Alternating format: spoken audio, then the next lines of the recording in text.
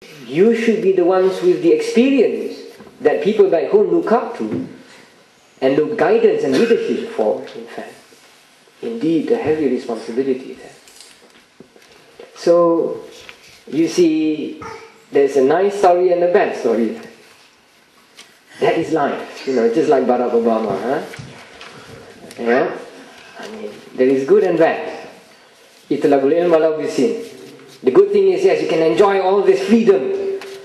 But the bad thing is that at least, with regards to Allah subhanahu wa ta'ala, at least you know that you've been given more opportunities than your friends back home.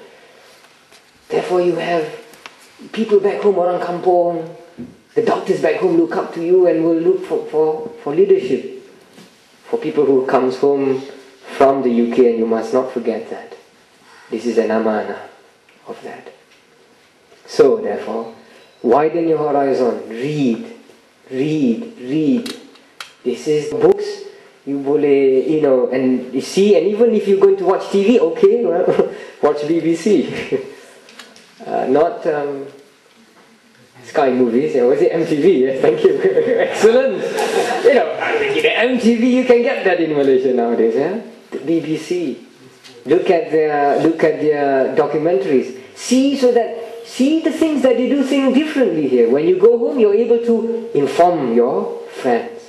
Mana tahu tak jadi doktor, nak kerja ke RTM or TV3. Oh, Monday tak jadi menteri penerangan. Mana dah tahu. Alhamdulillah, maybe your rezeki. The point is that's why when you're here, pay heed. Learn the history here. Seek your surroundings. Look around you. Learn. And then when you go home, you bring that experience home. It is not just your degree that you will be bringing home. It is the experience. An experience of your lifetime. So, to boldly go where no one in your kampung has gone before. When you come home after 5 years, you have fulfilled that sunnah of the Prophet of Allah sallallahu alaihi wasallam. This is the beauty of our messenger. Look at our beloved messenger. He didn't say, just go pergi belajar kat negara Islam. And now we have among Muslims. In my travels, especially in the Arab lands, and also in Pakistan, they are asking questions about, can we go and study in a non-Muslim land, for example? When the Prophet ﷺ says, "Itlabul ilm walau bisin," seek knowledge even unto a non-Muslim land. There are people asking that, for example. So we must not take things for granted. Malaysians are blessed in that respect. So may you repay the kindness of your peers, the kindness of your fellow citizens, and our community as a whole, inshallah. And may you, inshallah, berbakti and do well, inshallah, back home. Right. So that is just, well, I thought, so a few, not rousing, but a few, just tafakkur, I thought, looking at, mashallah, so many young faces here. And now we're about to read about this great Imam. So I'm just going to finish off this session by just talking about this Imam in this session. Because whatever book you read, and you may have never read this book, I assume, although in Malay there is a translation to this book, Ayyuhal Walad, but you may have never read it. And I will explain to you the book in a bit. But first, about this great Imam al-Ghazali, why do we sanjungkan dia? Why do we consider him one of the greatest Muslim scholars ever to have lived? Hujjatul Islam, the one who holds the pride of the table in our ummah with that title, Hujjatul Islam, the proof of Islam. The same maqam, the same station as, for example, in the Catholic Church, in the Christian Church, as St. Thomas Aquinas, who is known among Christians as Doctor Angelicus in Latin, meaning the angelic doctor, because the influence of St. Thomas was so profound that almost every Christian was affected by his works. Likewise, the same thing with Imam al-Ghazali. This was an Imam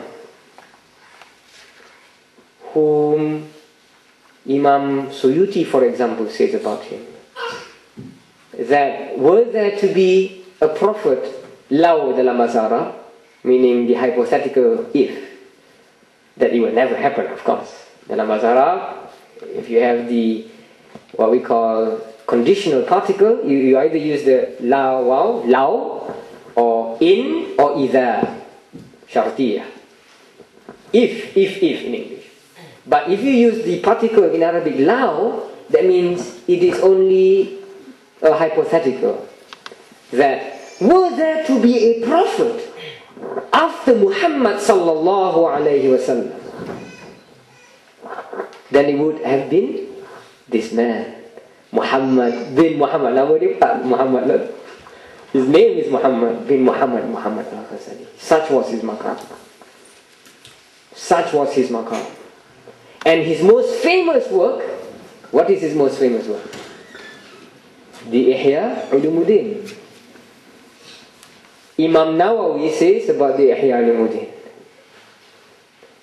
were all the Quran and the Hadith to disappear on the face of this earth,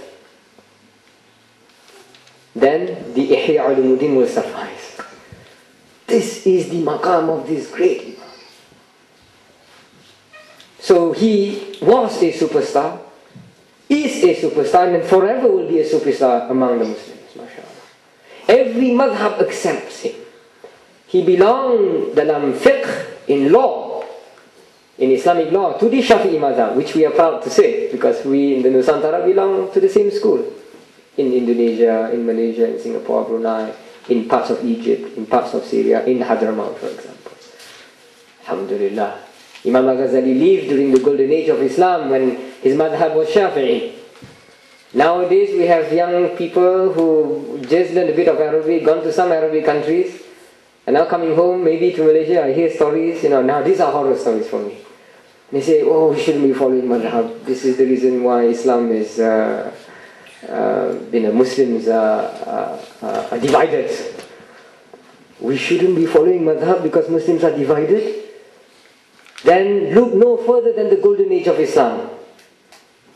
During the age when great scholars like Imam al-Ghazali lived.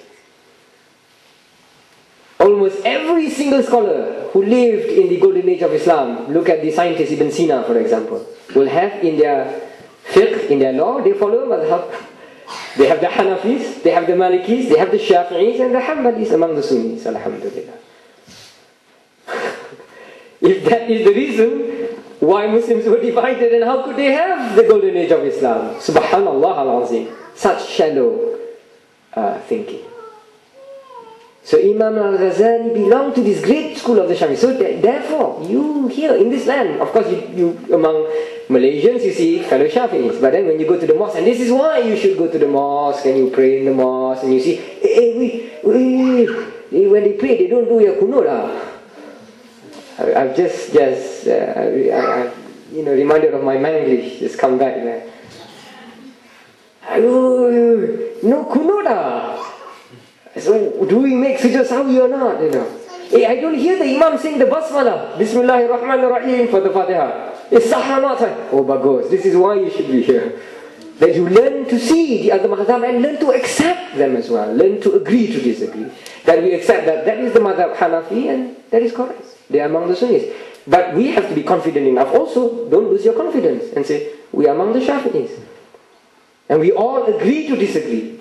Something which Christians find baffling among my friends at the university at Oxford, in the theology department, for example.